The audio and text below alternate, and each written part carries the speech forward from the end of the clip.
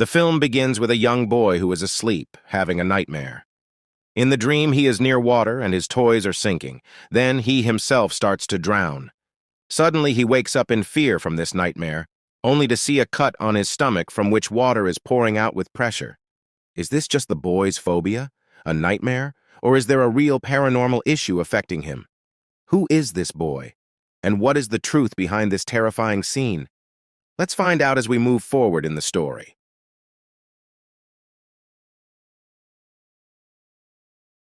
We see a group of kids playing while a boy named Morgan Davis, the same one from the nightmare, watches from a distance. He then approaches them and asks to join in, but they mock him for being shy and walk away, leaving him feeling rejected. Later, Morgan is at dinner with his parents and grandfather. His parents want to send him to summer camp, but Morgan isn't interested. His grandfather encourages him, and after dinner secretly gives him a knife to help him feel brave. As his grandfather walks away, he suddenly collapses.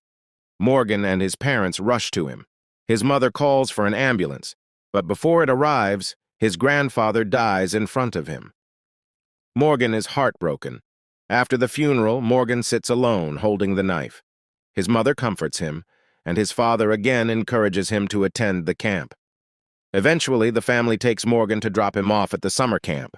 The scene shifts to a flag waving at the summer camp as preparations begin.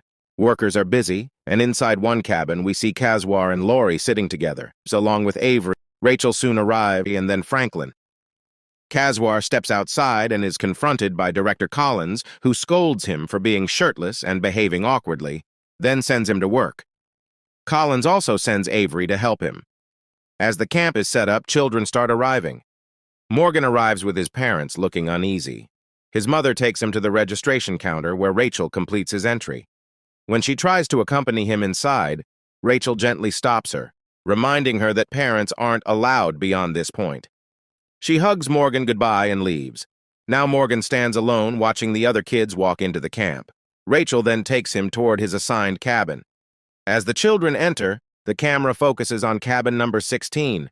What secret lies within this cabin? And what kind of summer camp experience awaits Morgan? Let's move forward to find out. Inside the cabin, Morgan starts unpacking his bag and places a family photo in front of him. Just then, two kids burst into the cabin while fighting. Their names are CJ and Raj. Due to their commotion, Franklin enters the cabin, stops them from fighting, and greets Morgan before leaving.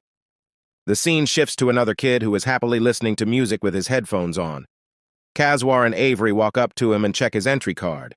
They find out his name is Dirk, a chubby boy whom Caswar jokingly calls Doink. There are many kids around, and Morgan is also standing nearby. A girl approaches him. Her name is Pilar. After a brief conversation, Pilar walks away. Morgan then turns his attention to Doink, who is still using his device. Caswar reminds him of the no-tech rule at the camp and takes the device from him. All the kids gather for a welcome speech by Director Collins, who motivates them for the camp ahead. Morgan, standing with Dirk, introduces himself, and the two quickly become friends. Collins finishes his speech, and the kids are shown playing around while Morgan stands quietly, observing. Then Rachel arrives and announces it's time for swimming. Morgan tries to excuse himself by telling Franklin that he can't swim. CJ overhears this and starts mocking him. Soon other kids join in and begin bullying Morgan. Franklin agrees to take Morgan along with him instead of making him swim. But on the way, CJ purposely trips Morgan. He falls to the ground, and all the kids gather around him, laughing and making fun of him. Morgan starts crying. Collins arrives and takes CJ and his group of friends to his office. There, he warns them about their behavior. However, the kids don't take him seriously and even laugh while being scolded. Frustrated, Collins kicks them out of his office. As they leave, they slam the door hard behind them, which visibly upsets Collins. Later that night, cocoa and marshmallows are served to the kids. To keep the atmosphere lively, Avery is also singing for the children. Morgan is again seen sitting alone. He notices a shadowy figure standing behind Avery, but his friends come over and sit with him, so his attention is diverted. When it's time for storytelling, Dirk suggests a story related to a doctor, but Caswar refuses. Rachel then begins telling a story, one that is also connected to the Almar Camp Woods. So let's begin that story as well. At Almar Camps, one of the cabins once belonged to a doctor who used to visit with his wife and 2 children every summer. He had a strange habit. Each night, after his family went to bed, he would go into a large cellar he had built in the basement and stay there until morning. Curious, his wife once followed him and discovered something horrifying: mutilated people inside. As she tried to escape, he caught her. Not wanting to lose his family, he falsely reported to the police that his wife had left him with the kids, when in reality, he had stitched them all together and kept them with him. Afterward, the area became Almar Camps, but rumors still exist that if someone stays out late at night, the doctor can be seen wandering the woods, searching for his basement and lost family. The kids get scared hearing the story. Rachel jokingly points to Kaswar to confirm the story. Suddenly, a deep, scary voice comes from behind. It's Kaswar who sneaks up and says, "Because I'm one of them." The kids scream in fear, but then everyone starts laughing. Rachel now tells all the kids to return to their cabins. We then see Pilar walking with Morgan to his cabin, even though her own cabin is in the opposite direction. She sensed that Morgan got scared by the story, so she came to drop him off safely. After reassuring him, she leaves. Later, Morgan is in the washroom, where rainwater begins to seep in under the door and pool on the floor. Seeing the water triggers Morgan's memories of the nightmare we saw at the beginning of the film, where he was drowning. He stands up and opens the door and sees his grandfather sitting there. But it turns out to be just a hallucination. Morgan then steps out of the washroom and sees a man emerging from cabin 16, his own cabin. The man is fully dressed in a doctor's outfit, complete with a headlamp torch.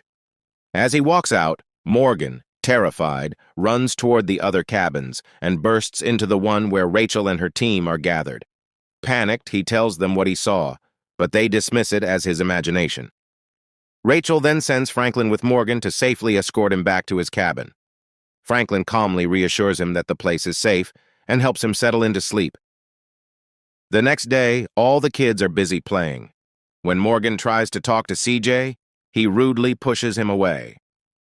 That night, Franklin visits Morgan, who requests not to share a room with CJ, but Franklin just tries to calm him down and leaves. The following day, Morgan is sitting and chatting with Pilar when CJ arrives and takes Morgan aside, pretending to make peace. However, his real intentions are revealed when he suddenly pushes Morgan into the lake, knowing he can't swim.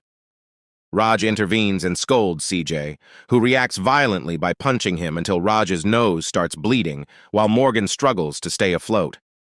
In Morgan's vision, he sees his grandfather saving him, but in reality, Kaswar pulls him out of the lake. The others rush in to break up the fight, and Kaswar manages to revive Morgan. Later that night, Morgan is lying alone in his room, holding the knife his grandfather gave him, while the other kids are playing outside. As he sleeps, his friends sneak in to awake him up, but Collins arrives and chases them off. He then sits with Morgan, informs him that CJ has been removed from camp, and leaves him with a cup of cocoa. Meanwhile, outside, Rachel is serving cocoa and marshmallows to the rest of the kids. Suddenly, Morgan starts hearing voices. It's his grandfather calling him. He sees a vision of his grandfather sitting at the dining table, claiming he can see Morgan now. Morgan sits facing him, but things turn terrifying as the grandfather behaves disturbingly. When Morgan tries to get up, he realizes he's stuck to the chair and begins vomiting. His grandfather attacks, but just then, Morgan wakes up from the nightmare. Then Morgan steps outside his cabin, noticing a strange flickering light coming from another cabin. Curious, he goes there and finds a staircase leading down to a basement. As he descends, he discovers CJ's dead body with his organs exposed, being examined by a doctor-like figure. But CJ isn't the only one. Several other bodies are also lying around. The doctor suddenly attacks Morgan, but Morgan quickly stabs him in the foot with the knife his grandfather gave him and runs out of the cabin. Despite being injured, the doctor picks up a taser and follows him. Morgan rushes into his friend's cabin, trying to explain what he saw, but no one believes him. Suddenly, the monstrous doctor bursts in and shocks Raj with the taser, knocking him unconscious. In panic, Morgan, Dirk, and Sam push the doctor away and escape. Meanwhile, Kazwar is in his room practicing with a dartboard. Hearing the noise outside, he looks out the window, realizes something's wrong, and alerts his team, declaring a code Bronco Butler. Rachel instructs all the children to return to their cabins immediately. Morgan and his friends hide in another cabin, but the doctor finds them and tries to take Sam. Morgan and Dirk manage to save him and flee again. Outside, Pilar and some other girls appear, still doubtful of Morgan's story, until the doctor shows up and kills one of the girls with a taser. Chaos erupts, and everyone starts running. Franklin tries to stop the doctor but gets attacked and knocked out. Rachel and Collins gather the remaining kids into one cabin, while Kazwar grabs a metal rod and heads out to protect them. Morgan and his friends manage to hide in a storage cabin.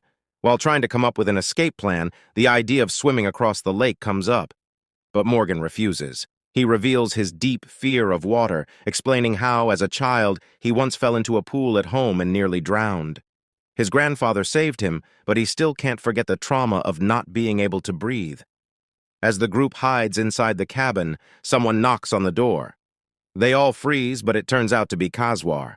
Sam approaches him, and Kazwar takes him toward the door, only to reveal the doctor standing outside. Shockingly, Kazwar hands Sam over to the doctor, who kills him with the taser. It's now clear that Kazwar has been working with the doctor all along. Seeing this, Dirk and the others attack Kazwar, knock him down, and escape. Kazwar struggles to his feet and begins chasing them. Meanwhile, Caroline, who had been hiding nearby, witnesses everything. On the other side, Rachel has gathered the remaining kids in one cabin, but the doctor arrives there too and kills them all. Morgan, Dirk, and Pilar reach a bridge, only to find a pile of dead children's bodies there. Caroline, fleeing from her hiding spot, falls and injures her leg but manages to keep moving. The trio runs into Franklin, who tells them that there's a phone in Colin's office and gives them the code, 60108#. Elsewhere, Caroline finally reaches the road where a police car appears. A deputy steps out and calms her down. Back at the office, the kids unlock the door with the code Franklin gave them, confirming his loyalty. But the phone inside only plays repeated messages and doesn't dial out. In another cabin, Rachel, Kazwar, and Franklin are gathered when another doctor enters and removes his mask, revealing himself as their team member, Avery. This confirms that all of them, except Franklin, are part of the sinister plan. They criticize Franklin for helping the kids. Back in the office, the kids spot Kazwar approaching. Dirk hides Morgan and Pilar inside a closet and stays outside, ready to act. Kazwar starts banging on the door. Dirk doesn't open it. But as Kazwar prepares to break in, Dirk suddenly opens it from behind. Kazwar crashes in at full speed and hits the desk. As Kazwar turns toward Dirk, Dirk hits him with a rod, knocking him down. But just then, Rachel sneaks up behind Dirk and knocks him unconscious with a taser. Just then, the police cab arrives. The deputy hands Caroline over to Rachel, who immediately knocks her unconscious with a taser. It becomes clear that the deputy is also part of the sinister group. But what is the purpose behind all this? Soon, 2 cabs arrive to collect the dead bodies. Inside the office, Morgan and Pilar are shocked to see the files which show that all the children, including Morgan himself, are already dead. Morgan reportedly drowned in the lake. Elsewhere, Collins and his team gather in a cabin, confused about why the kids didn't become sedated after drinking the cocoa. At that moment, Morgan and Pilar storm in holding tasers. Collins tries to calm them down and reveals that he lost his own son in 2009. He then asks the rest of the group to step outside, leaving Franklin with the kids. Franklin finally tells them the truth. The children had indeed died, but the doctors created an AI-based program that revived them as human-like entities, functioning like today's advanced robots. These children live with their families, unaware of their deaths. Every 2 months, they are brought back to camp for memory erasure and are given medication and cocoa to prevent growth, keeping them in a permanent state of childhood. In their minds, everything feels real. That's why Morgan had flashbacks of drowning. The doctors believe they're doing good, giving families back their lost children and preserving their happiness. Time passes and the camps reopen. The children appear alive and well, happily playing again. Even CJ now treats Morgan kindly. But inside the office, Collins receives a disturbing call from Mr. Sal. Many people were killed, and a glitch has been detected in the children's programming. Morgan is now seen swimming confidently in the lake, but floating nearby is Rachel's dead body. Back in the office, Pilar enters, covered in blood and holding a knife. Without hesitation, she attacks and kills Collins, stabbing him to death. The film ends on this chilling note. The programming has failed. The children, once designed to bring comfort, have become unstable and have turned into monsters. So, dear viewers, how did you like this recap? Do let us know in the comments. And don't forget to subscribe to our channel for more exciting updates. Thank you.